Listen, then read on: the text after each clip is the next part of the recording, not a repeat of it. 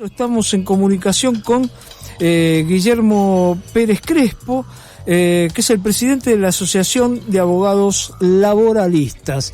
¿Qué tal, Guillermo? ¿Cómo estás? ¿Qué tal? Bien, acá andamos. Buenas tardes. Buenas tardes y muchísimas gracias por atendernos, ¿no? No, al contrario. Recién hace un rato Cordero dijo, bueno, esto no va a afectar a derechos consagrados, es decir, que los que fueron contratados con las leyes anteriores, entiendo yo, no les afectaría la reforma laboral. ¿Vos cómo lo ves y cuáles son los puntos más críticos de esta reforma laboral?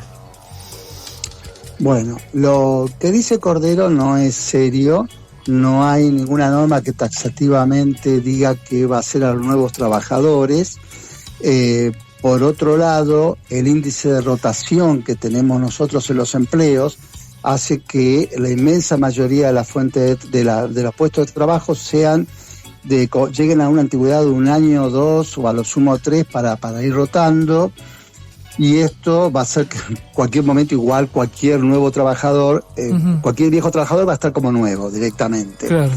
Pero por otra parte, si hubiera, cosa que no surge de la ley, del proyecto de ley, si hubiera un distinto régimen para viejos y nuevos trabajadores, no sería muy difícil para el empleador presionar a los viejos para que acepten la misma regulación que los nuevos, con el criterio de decir, si ustedes no aceptan, yo me quedo con los nuevos y contrato más nuevos y voy despidiendo. Claro. Con lo cual eso no, lo que dice Cordero es nada más que una de las tantas cosas que dice este hombre que no tienen nada que ver con la realidad.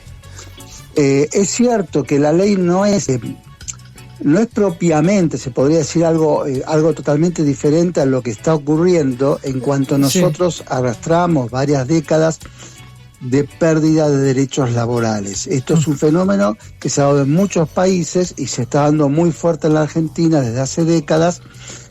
Sobre todo los grandes grupos económicos han venido recortando, consiguiendo recortar a través de normas y de jurisprudencia también, leyes laborales, derechos a los trabajadores. Uh-huh. Pero este proyecto de ley hay que reconocer que da un salto muy grande e inédito en la historia de nuestros derechos del trabajo. Sí. Supera el cambio, la magnitud del cambio supera lo hecho aún a lo hecho en la década del 90. Ajá. Pero lo supera en mucho. Y en la época de la dictadura también, ¿no? Derechos, se roban derechos. Uh-huh. Es así la cosa. Se roban derechos y en cantidad enorme. Sí. ¿Cómo?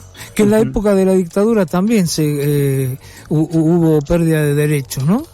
En la época de la dictadura fue el comienzo, claro. Porque la ley laboral del año 74, la original ley de contrato de trabajo, no esta ley que tenemos ahora, la original fue del año 74 y fue con todos sus defectos, porque no es que llegara a ser una ley súper revolucionaria, pero realmente fue lo más que consiguieron los trabajadores en esa relación de fuerzas en esa época histórica. Uh-huh. Pero a partir de ahí, con la dictadura, comenzaron a recortarse derechos y a ser borrados de la ley o modificada su interpretación, y después, salvo pequeños intervalos donde o no se perdieron o se recuperaron algunos derechos, la historia del derecho al trabajo ha sido de pérdida en pérdida durante todas estas décadas. Uh-huh.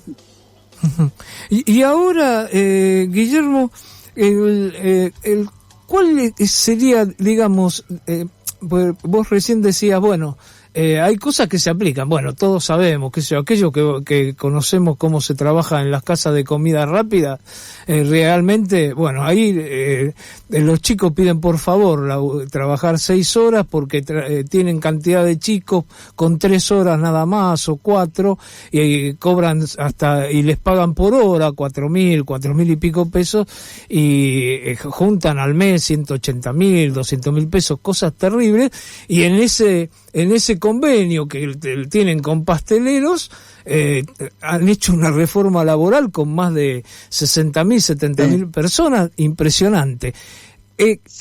Esto ahora, ¿qué sería? ¿El banco de horas? No, ¿Cómo se multiplica muchísimos aspectos, no solo el banco de horas, que en realidad el banco de horas tiene ya presencia en algunas actividades negociado a través de convenio colectivo. Sí. Ahora se permite en cualquier actividad y a través de la negociación individual, empleador-trabajador, que no es negociación.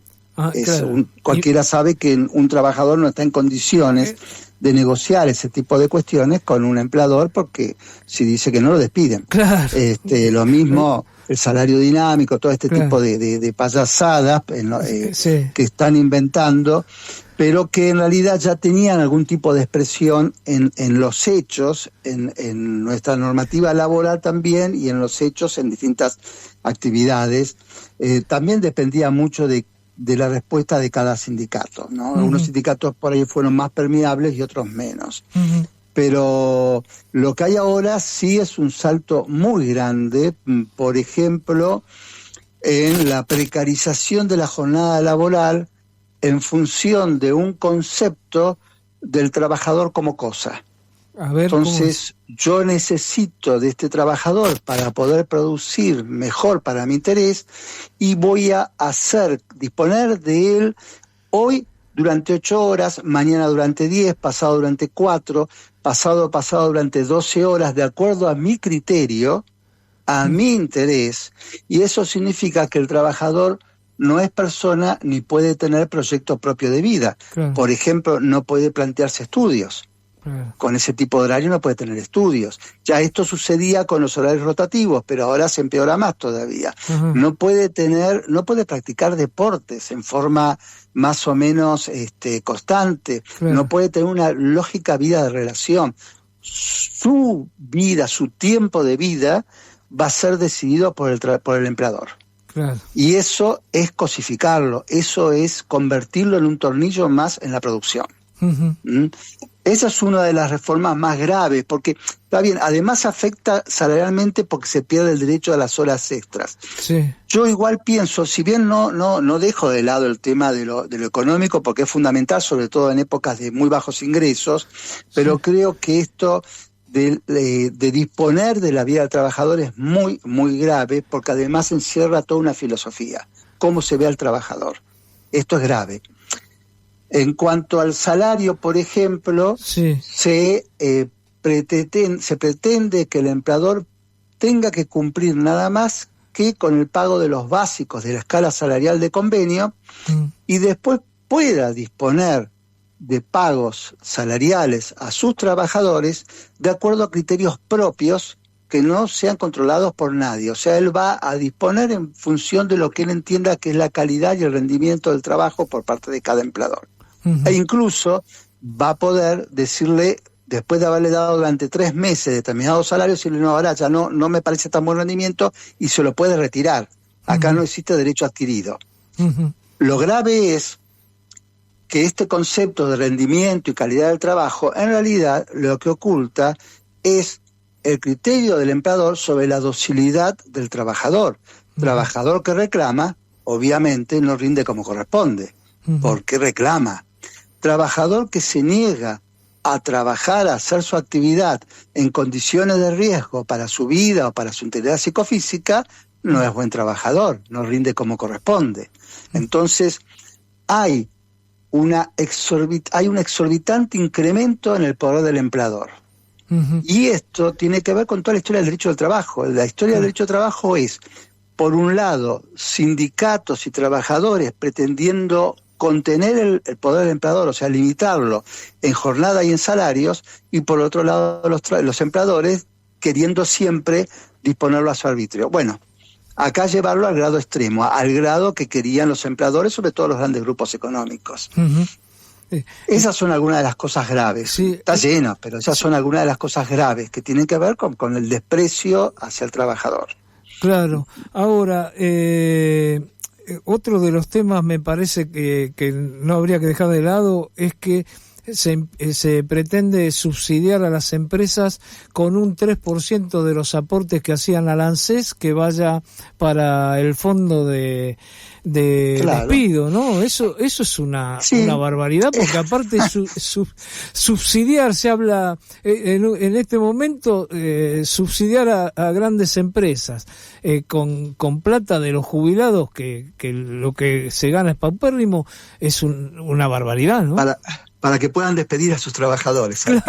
Claro, toda la población va a tener a su cargo darle una ayuda económica a los pobres empresarios para que puedan despedir a los trabajadores, porque les sale muy costoso, según ellos. Y sacárselo a los jubilados, Claro, esto tiene que ver con el fracaso de la ley 27742, que había establecido el fondo de cese, y los empresarios se habían hecho cuenta y habían dicho, no, mira, a mí esto no me conviene, porque yo tengo que ir ahorrando, y por ahí este trabajador no lo voy a despedir. Claro. ¿Para qué voy a estar ahorrando durante años si no lo voy a despedir? Y tengo que tener un fondo de cese. Entonces el gobierno le dice, bueno, muchachos, no se preocupen, no tienen que ahorrar tanto, nosotros les vamos a dar una ayuda. Claro. Una ayuda a costa de la población. Claro. Y de los propios trabajadores, que con trabajo actual, los jubilados, a costa de toda esta gente, para ayudar a las empresas para que puedan financiar los despidos de otros trabajadores. Sí, es burdo, como también es volver a este tema que se discutió tanto tiempo, que se había solucionado. Esa fue una de las pocas cosas que se recuperaron, porque la vieja ley de contrato de trabajo establecía que si a mí me cambian la tarea o el lugar de trabajo arbitrariamente por capricho, yo puedo ir en amparo y exigirle al juez, reclamarle al juez que le exija al empleador que me vuelva a mi puesto o lugar de trabajo. Esto lo suprimió la dictadura militar. Esto se recuperó con un proyecto de Recalde en su momento, y ahora se vuelve al texto de la dictadura militar. O sea, el trabajador solo puede, como comisión, solo tiene la de darse por despedido. No sé por qué se tiene que dar por despedido si él no hizo nada malo. Claro. No le permiten reclamar el reintegro a su lugar de trabajo, a sus condiciones de trabajo. Bueno, esto es multiplicar el poder del empleador a un grado extremo insólito. Pero en esta dirección va este proyecto. Guillermo, el otro tema es decir, para tratar de imponer estas leyes es evidente que el gobierno está dando una batalla cultural muy fuerte, lamentablemente muy fuerte. Sí. Ha elegido muy bien a un enemigo. La CGT tiene un desprestigio desde que yo era pibe, allá hace 60 años atrás, que las CGT vienen desprestigiadas. Y por otro lado también se han montado en esto de lo que son para las pymes los despidos de trabajadores, ¿no? Han creado de que, en general el fuero laboral lo ganan los trabajadores, porque es lógico que ganen los juicios, porque en general son juicios que se tienen que ganar, ¿no? Es como hay otro tipo de juicios que también se ganan porque no hay otra, no se pueden perder si hay una lógica y si se trabaja con la Constitución en la mano. Pero pero con todo esto, ¿qué hay de real con el tema de los juicios? El problema es que tardan muchos años y por eso se hacen onerosos. ¿Cuál es el problema? Yo voy a contar una anécdota que quizás algunos hayan visto la cuestión, porque duró escasos minutos, no sé si media hora, 40 minutos. Sí. En el diario La Nación, online, hace unas 2 semanas atrás, escribió uno de sus periodistas más importantes, haciendo reflexiones, no era un artículo mal escrito, haciendo reflexiones sobre el tema laboral en general. Y cuando llega a la parte de los juicios, este hombre escribió que habría que encontrar algo lógico, que no perjudique innecesariamente al empleador ni perjudique al trabajador. Por ejemplo, dice algo muy sencillo: ajustar las deudas, los créditos laborales con la sentencia, ajustarlos por la inflación, así no pierde uno ni otro. Lo que este hombre no sabía, que eso es lo que no quieren los grupos económicos, claro, y eso es lo que quieren los trabajadores. Claro. Por supuesto, ese artículo, que yo lo leí, se lo comento a algunos colegas, desapareció a los 20 minutos y a la hora apareció nuevamente redactado sin esos párrafos. Claro. Bueno, claro, es que si se ajusta por costo de vida, cualquier deuda es lo que corresponde para uno y para otro, porque es el costo de vida, es lo que valía antes, vale ahora, con toda la depreciación del dinero. Uh-huh. Por otro lado, hay algunas mentiras sí. que es importante destacar. Una es sobre el concepto de pequeña y mediana empresa. A ver, tengamos en claro que una pequeña empresa en industria puede facturar al año, según el gobierno, en Argentina Gobal, puede facturar al año 7.000 millones de pesos. Sí. Y una mediana empresa, lo que se llama mediana empresa, puede facturar anualmente hasta 100.000 millones de pesos. A eso se le considera mediana empresa. En servicios, por ejemplo, una pequeña empresa puede tener 30 trabajadores, una mediana empresa puede tener 535 trabajadores. Uh-huh. Entonces, ¿hasta qué punto estamos hablando con un lenguaje correcto y hasta qué punto nos está engañando la población cuando se habla de pequeña y mediana empresa con semejantes valores? Uh-huh. Claro. Eso por un lado. Por el otro lado, el 90% de las reformas que se han hecho y que se quieren hacer no están dirigidas hacia beneficio de pequeña y mediana empresa, están dirigidas hacia la gran empresa. Claro. Por ejemplo, toda la supresión del uso de las agencias de empleo es un fraude laboral que el pequeño real empresario, el real pequeño empresario que tiene 10, 15, 20, 30 trabajadores, 40 trabajadores, no recurría a ese fraude, tenía trabajadores en negro. No trabajadores por agencias de empleo, porque esto ya exige otra contabilidad y otro control que lo tenían las empresas medianas grandes o las grandes directamente. Hay una cantidad de cambios que se hacen que en realidad son ajenos a la pequeña y a la mediana empresa. Son en función de los intereses de la gran empresa, pero es mucho más fácil convencer a la población diciéndole esto es para asegurar la protección de las pequeñas y medianas empresas que son las que dan trabajo en este país. Uh-huh. Ese es el discurso y es un discurso falso. De acá allá. Totalmente falso. No hay... Sí.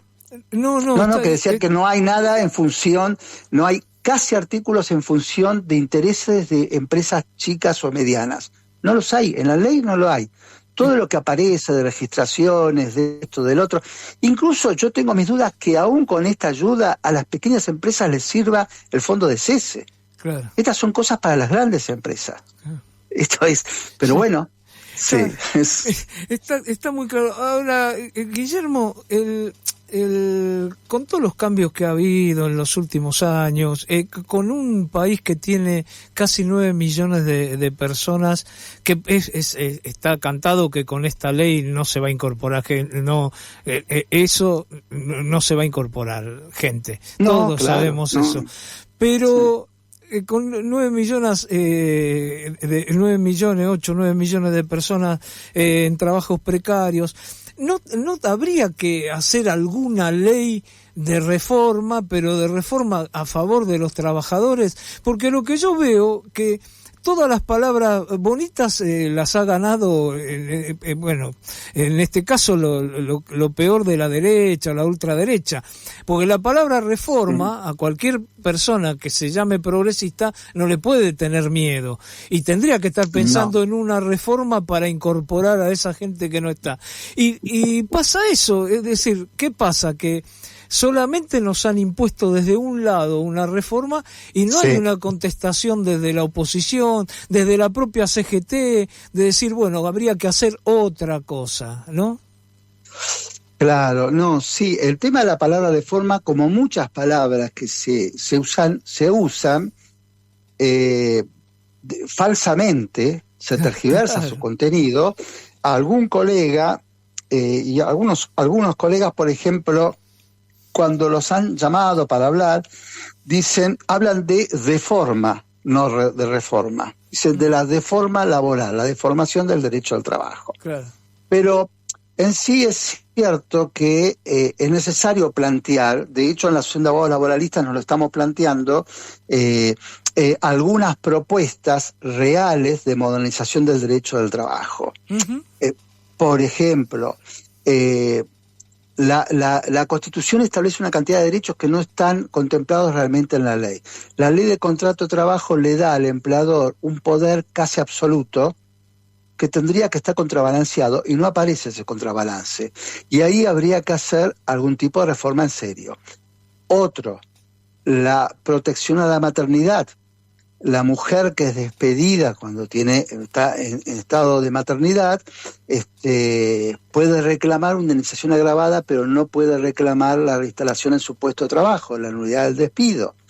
No se la autorizan porque la ley no lo contempla. Bueno, habría que poner una cláusula diciendo este tipo de cuestiones discriminatorias son nulas, son decisiones nulas que no se puede darle eficacia jurídica. Por ejemplo, el tema de las licencias. ¿Alguien puede pensar realmente que por la muerte de un hijo o una hija es suficiente 3 días corridos de licencia? Uh-huh. ¿Alguien puede pensar seriamente eso? ¿Alguien puede realmente, de acuerdo a, honestamente, puede pensar que si alguien, una trabajadora o un trabajador tiene un hijo gravemente enfermo, no tienen contemplada licencia alguna y tienen que ver la posibilidad de negociar un adelanto de vacaciones o directamente perder su salario y quizás su trabajo por estar al lado de la cama de su hijo o de su hija? Uh-huh. Bueno, hay muchas más cosas que realmente hay que discutir y hay que, bueno, por supuesto la reducción de la jornada laboral también.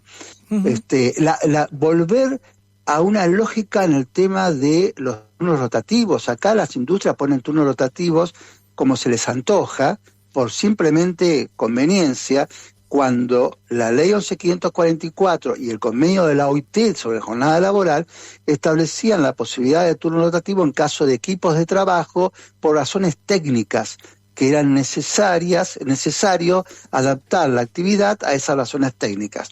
Bueno, todo eso que no se respeta, que no se contempla, se tendría que empezar a trabajar, se tendría que empezar a proponer, y de hecho la asociación estamos intentando ver la posibilidad de este año que viene ir armando una cantidad de propuestas para tirar al debate. Algunos sindicatos están, por ejemplo, Aceiteros viene hace mucho tiempo rediscutiendo el tema del salario, uh-huh, y estableciendo un concepto de salario que no es el habitual de la mayor parte de los sindicatos. Uh-huh. Estos son intentos que hay y creo que hay que profundizarlos. Por supuesto, hay que quitarles la iniciativa, pero no es fácil. Pero no es fácil porque en este momento ellos tienen la hegemonía en la discusión.